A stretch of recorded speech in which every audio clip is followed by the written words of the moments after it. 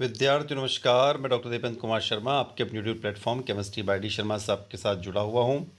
विद्यार्थियों, इस video lecture में हम लोग देखेंगे BA BSc BCom BBA BCA बीएचएससी तृतीय वर्ष यानी कि थर्ड ईयर का जो आपका वोकेशनल कोर्स यानी व्यावसायिक पाठ्यक्रम है, जिसका नाम है व्यक्तित्व विकास यानी कि personality development according to new education policy for MP college student, यानी मध्य प्रदेश के कॉलेजों में पढ़ने वाले विद्यार्थियों के लिए व्यक्तित्व विकास जो आपका वोकेशनल कोर्स है यानी पर्सनल डेवलपमेंट, उसका प्रयोग नंबर 2 प्रैक्टिकल क्रमांक 2। ऑब्जेक्ट आपको स्क्रीन पर दिखाई दिया हुआ समस्या समाधान तकनीकी पर प्रतिवेदन लिखिएगा। Right a report on problem solving techniques. तो बात आती है कि समस्या समाधान कौशल क्या होता है। सबसे पहले उस हेडिंग की तरफ चलते हैं। What are the problem solving skills. तो यहाँ पर आप लोग हिंदी और इंग्लिश दोनों मीडियम में बैक टू बैक देखेंगे। आप जिस मीडियम के विद्यार्थी उस मीडियम के अकॉर्डिंग आपके प्रैक्टिकल फाइल में नोट डाउन करिएगा। पहला प्रैक्टिकल जो दिया हुआ है, सेकंड प्रैक्टिकल जो हम देख रहे हैं, उसमें बात कर रहे हैं समस्या समाधान कौशल क्या है, यानी what are the problem solving skill. समस्या समाधान बाधाओं पर काबू पाकर लक्ष्य प्राप्त करने की एक प्रक्रिया है जो अधिकांश गतिविधियों का एक सामान्य हिस्सा है। समस्या समाधान शब्द का अनुशासन के आधार पर थोड़ा अलग अर्थ है। The term problem solvings are slightly different meanings depending on the disciplines. क्या अर्थ है? उदाहरण के लिए मनोविज्ञान में यह एक मानसिक प्रक्रिया है। यदि हम मनोविज्ञान की बात करें तो मनोविज्ञान में इसको क्या माना गया? एक मानसिक प्रक्रिया माना गया। For example in physiological it is a mentally process. और कंप्यूटर विज्ञान में एक कंप्यूटरीकृत प्रक्रिया माना गया है।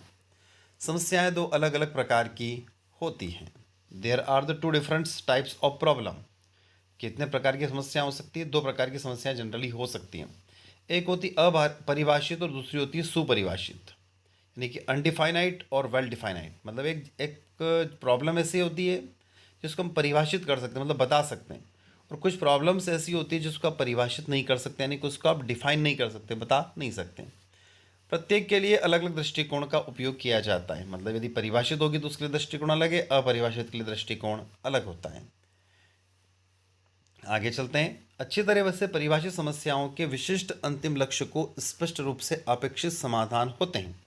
यदि कोई समस्या अच्छी तरीके से परिभाषित है तो उसका समस्या का समाधान भी अच्छी तरीके से हो सकता है, जबकि खराब परिभाषित समस्या का समाधान इतना आसान नहीं है।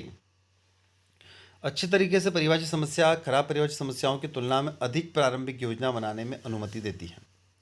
मतलब यह है कि हम उसको बनाने में, उसकी प्रारंभिक योजना बनाने में, उस समस्या को सॉल्व करने में हमें ज़्यादा समय लगेगा। समस्याओं को सुलझाने में कभी कभी व्यावहारिक और शब्दार्थ से निपटना भी शामिल होता है। यानी समस्या कोई भी आ रही तो उसको लिए हमें सॉल्व करने के लिए क्या होगा? तो आपको व्यावहारिक ज्ञान चाहिए और दूसरा शब्दार्थ का भी ज्ञान होना चाहिए। यह समझना है कि क्षमता विकसित करना है कि समस्या का अंतिम लक्ष्य क्या है। हमें यह भी समझना चाहिए कि जो समस्या हमारे साथ आई है उसका अंतिम लक्ष्य क्या है और समस्या समाधान में कौन से नियम लागू किए जा सकते हैं। यानी कि समस्या जो भी आ रही है उसके समाधान में आप कौन कौन से नियमों को लागू करेंगे जिससे आपकी समस्या का समाधान हो सके। समस्या को हल करने के कुंजी का प्रतिनिधित्व करता है। यानी समस्या को हल करने के लिए क्या होती है? कोई की चाहिए आपको। तो represent the key to solving the problem. बिना की के कोई भी समस्या हल नहीं होगी। कभी कभी किसी समस्या के लिए अमूर्त सोच यानी एब्स्ट्रैक्ट थिंकिंग या रचनात्मक समाधान यानी क्रिएटिव सॉल्विंग की आवश्यकता भी होती है। यानी आपके पास में अमूर्त सोच है और कोई रचनात्मक समाधान है। रचनात्मक समाधान मतलब आपके पास कोई प्रॉब्लम आई है तो उसका आप किस तरीके से सॉल्व कर सकते हैं। तो यदि ये सोच और रचनात्मक समाधान होंगे तो आप उस समस्या का सॉल्व कर सकते हैं। बात आती है समस्या समाधान निम्न पदों को शामिल किया गया है। Following terms are involving the problem solving. एक यहाँ पर एक डायग्राम बताया गया। इस डायग्राम को आपकी कॉपी के अंदर बनाना है। क्या है? समस्या को पहचानें। सबसे पहले आपको समस्या को पहचानना है। तो समस्या को पहचान करने के लिए जब हम बात करेंगे तो यहाँ पर उसको इंग्लिश में जो बोलेंगे उसको पहचानना, आइडेंटिफाई द प्रॉब्लम। तो आप चाहे तो इसको इंग्लिश में भी बना सकते थे, आप इंग्लिश मीडियम के विद्यार्थी, और आप चाहे तो हिंदी में बना सकते हैं। समस्या को पहचाने यानी आइडेंटिफाई द प्रॉब्लम। दूसरा जो डायग्राम में पॉइंट आएगा वो जानकारी इकट्ठा करना यानी कलेक्ट द इन्फॉर्मेशन। फिर समाधान बनाएं यानी कि सॉल्विंग प्रोसेस पर जाएं, फिर समाधानों का मूल्यांकन करें, एवोल्यूशंस ऑफ द प्रॉब्लम्स, फिर सर्वोत्तम समाधान चुनें और उसके बाद परिणाम की जांच करें। तो इस तरीके से जो आपको एक डायग्राम स्क्रीन पर दिखाई दे रहा है, ये डायग्राम आपको कहाँ पर बनाना है, आपकी कॉपी के अंदर इसको बनाना है। और इस डायग्राम में जितने भी स्टेप्स, जितने भी पद दिए गए, उन पदों को हिंदी और इंग्लिश के माध्यम से हम लोग देखने वाले हैं। वन बाय वन सभी पद 1, 2, 3, 4, 5 और 6 पद जो दिए हुए हैं उन पदों की तरफ चलें, क्योंकि हमारी हेडिंग क्या है, समस्या समाधान निम्न पद शामिल है। निम्न पदों के जरिए आप समस्या का समाधान कर सकते हैं। यह याद रखना महत्वपूर्ण है कि समस्या समाधान की प्रक्रिया बार बार बदलती रहती है और कभी कभी तत्काल समाधान नहीं हो पाता है। जरूरी नहीं कि हर व्यक्ति के साथ में समस्या एक जैसी आए, यानी कि प्रॉब्लम एक जैसी आए। और यह भी कह सकते हैं कि एक ही व्यक्ति के साथ में जीवन में या दिन भर में समस्या एक जैसी आए, बार बार उन समस्या बदलेगी, तो जब बदलेगी तो उनके समाधान भी बदलेंगे। इन स्थितियों में पिछली समस्या समाधान प्रक्रिया पर लौटने, अतिरिक्त डेटा एकत्रित करने और नए विचारों के साथ आने की आवश्यकता होती है। बात होगी प्रभावी समस्या समाधान के लिए धैर्य और असफलताओं और सफलताओं से सीखने की इच्छा की आवश्यकता होती है। तो इफेक्टिव प्रॉब्लम सॉल्विंग मेथड होती क्या है, तो उसका मेन रीज़न है कि असफलताओं और सफलताओं से सीखने की आवश्यकता होती है। कि इससे पहले जब हमने कोई प्रॉब्लम सॉल्व करी थी तो उसमें हम कितने सफल हुए थे, कितने असफल हुए थे, यानी कितने फेल्यूर हुए थे और कितने सक्सेस हुए थे, उसके बेसिस पर हम इसको पता कर सकते हैं।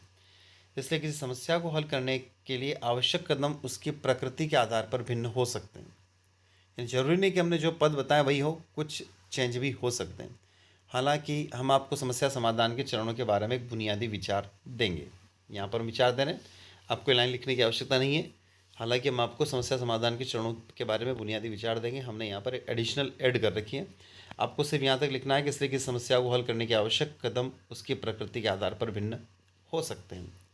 अब यहाँ पर निम्न स्टेप आपको दिखाई गई है। पहली, समस्या को पहचानें, आइडेंटिफाई द प्रॉब्लम।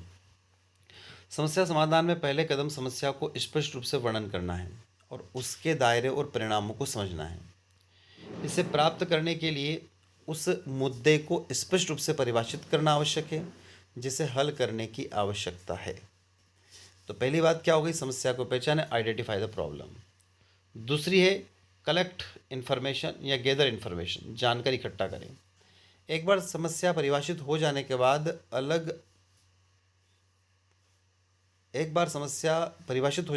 अगला कदम समस्या से संबंधित डेटा एकत्रित करना होगा। Once the problem is defined, the next step is to collect data and information related to the problem. इसमें समस्या को बेहतर ढंग से समझने और प्रासंगिक जानकारी इकट्ठा करने के लिए अनुसंधान, उसके बाद में उसका इंटरव्यू, उसका सर्वेक्षण और अन्य तरीके शामिल हो सकते हैं।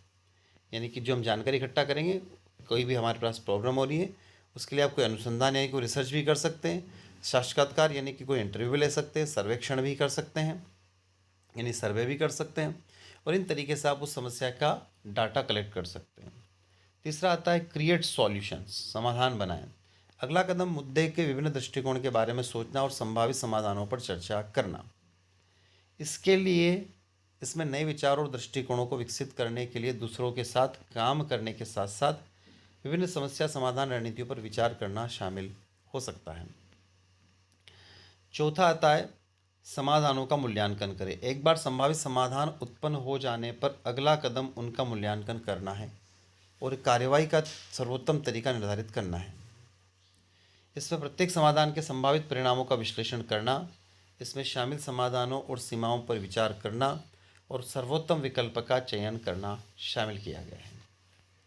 उसके बाद आता है सर्वोत्तम समाधान चुनें, चूज़ द बेस्ट सॉल्यूशन। यदि आपको किसी समस्या के, किसी प्रॉब्लम के 10 समाधान मिले तो उसमें सबसे बेस्ट कौन सा है वो आपको चुनना है। तो सर्वोत्तम समाधान चुनने और मूल्यांकन के आधार पर उसका क्रियान्वयन करना है। इसके लिए एक विस्तृत क्रियान्वयन योजना की आवश्यकता होती है जो पूरे निष्पादित किए जाने वाले कार्य, आवश्यक संसाधन और पूरा होने की समय सीमा को निर्दिष्ट करती है। बात आती है चेक रिजल्ट। उसके बाद आपको जाना है परिणाम जांचें। अंतिम चरण परिणाम की जांच करना और आवश्यक सुधार करना है। इसमें समाधान की प्रकृति को निगरानी करना, उसके प्रभावों का मूल्यांकन करना और सर्वोत्तम परिणाम सुनिश्चित करने के लिए कोई उचित परिवर्तन करना शामिल किया गया है। तो ये 6 स्टेप के जरिए हम लोग किसी भी जो प्रॉब्लम है उसको सॉल्व करने की योजना बना सकते हैं। बात आती है समस्या समाधान कौशल के महत्व क्या है। तो समस्या समाधान कौशल में के महत्व निम्न प्रकार के, the importance problem solving skills as follow. पहला क्या है, डिज़ाइन इफेक्टिव स्ट्रेटजी, यानी प्रभावी रणनीति डिज़ाइन करें। समस्या निवारण कौशल आपके रणनीति डिज़ाइन करने और उचित तरीके से लागू करने में सक्षम बनाती है। यह संगठन को पहले से कार्रवाई करने और किसी भी प्रकार की अनिश्चितता से निपटने में मदद करता है। यह भी सुनिश्चित करता है कि कंपनी केवल भाग्य के भरोसे नहीं टिक रही है और उद्योग में अच्छा प्रदर्शन कर रही है। यानी कोई भी जगह पर हमें यदि किसी कंपनी के अंदर भी, तो आपको प्रभावी रणनीति डिज़ाइन करना होगी किसी भी समस्या के समाधान के लिए। दूसरा दिया, समय को प्रभावी ढंग से प्रबंधित करें, मैनेज टाइम इफेक्टिवली। यानी आपके पास दिन भर में 24 घंटे ही होते हैं, तो उन 24 घंटों को किस तरीके से आप मैनेज करके प्रॉब्लम को सॉल्व कर सकते हैं। समस्या समाधान कौशल में के इस लाभ को अक्सर कई लोग नज़रअंदाज कर देते हैं, लेकिन यह आपको अपना समय प्रबंधित करने और अपने महत्वपूर्ण कार्यों को प्राथमिकता देने में गंभीरता से मदद कर सकता है। इससे आपको अपने व्यवसाय के लिए बेहतर तरीके से निर्णय लेने में मदद मिलेगी। नेक्स्ट है, रचनात्मक ढंग से सोचें। समस्या समाधान तकनीकी में आपको भीड़ से अलग दिखने में मदद करती है। यह दर्शाती है कि आप बाजार में अन्य रणनीतियों, सभी प्रतिस्पर्धाओं से कुछ अनोखा कर रहे हैं। यह संगठन के लिए बेहतर परिणाम उत्पन्न करने में मदद कर सकता है। नेक्स्ट है, मैनेज वर्कलोड, कार्यभार प्रबंधित करें। समस्या समाधान कौशल आपको दबाव में काम करने में मदद करते हैं। ये समस्या समाधान तकनीकी सीखने में के सबसे अनमोल लाभों में से एक है। नेक्स्ट आता है, संचार कौशल बढ़ाएं, इन्हेंस कम्युनिकेटिव स्किल। आज के युग में सबसे बड़ी जो चीज़ है वो है कम्युनिकेशन स्किल। जैसे जैसे कर्मचारी समस्या सुलझाने के कौशल विकसित करता है, तो उसमें संचार कौशलों में भी सुधार होता है। संचार कौशल का मतलब होता है बातचीत करने का तरीका। यह संदेश को पूरे समूह तक स्पष्ट के साथ स्थानांतरित करने और किसी भी भ्रम या गलतफहमी से बचने में मदद करता है। इससे समय की बचत और संचालन की दक्षता में भी मदद मिलती है। तो विद्यार्थियों, ये था आपका व्यक्तित्व विकास तृतीय वर्ष का जो आपका वोकेशनल कोर्स यानी व्यावसायिक पाठ्यक्रम है, उसका प्रयोग क्रमांक 2। तो आई होप ये वीडियो लेक्चर आप लोगों को अच्छा लगा होगा। अच्छा लगता है तो वीडियो को लाइक करें, अपने दोस्तों तक शेयर करें, और चैनल पर यदि पहली बार जुड़े हैं तो चैनल को सब्सक्राइब अवश्य करें, और पहले भी जुड़ चुके हैं और अभी तक आपने चैनल को सब्सक्राइब नहीं किया तो चैनल को सब्सक्राइब अवश्य करिएगा, बेल आइकन प्रेस करिएगा, ताकि हमें एक मोटिवेशन मिलता रहे और इसी तरीके से हम आपके लिए नए नए वीडियो लेक्चर लेकर आते रहें। तो नए वीडियो के साथ पुनः फिर आपसे मुलाकात होगी। जय हिंद, जय भारत।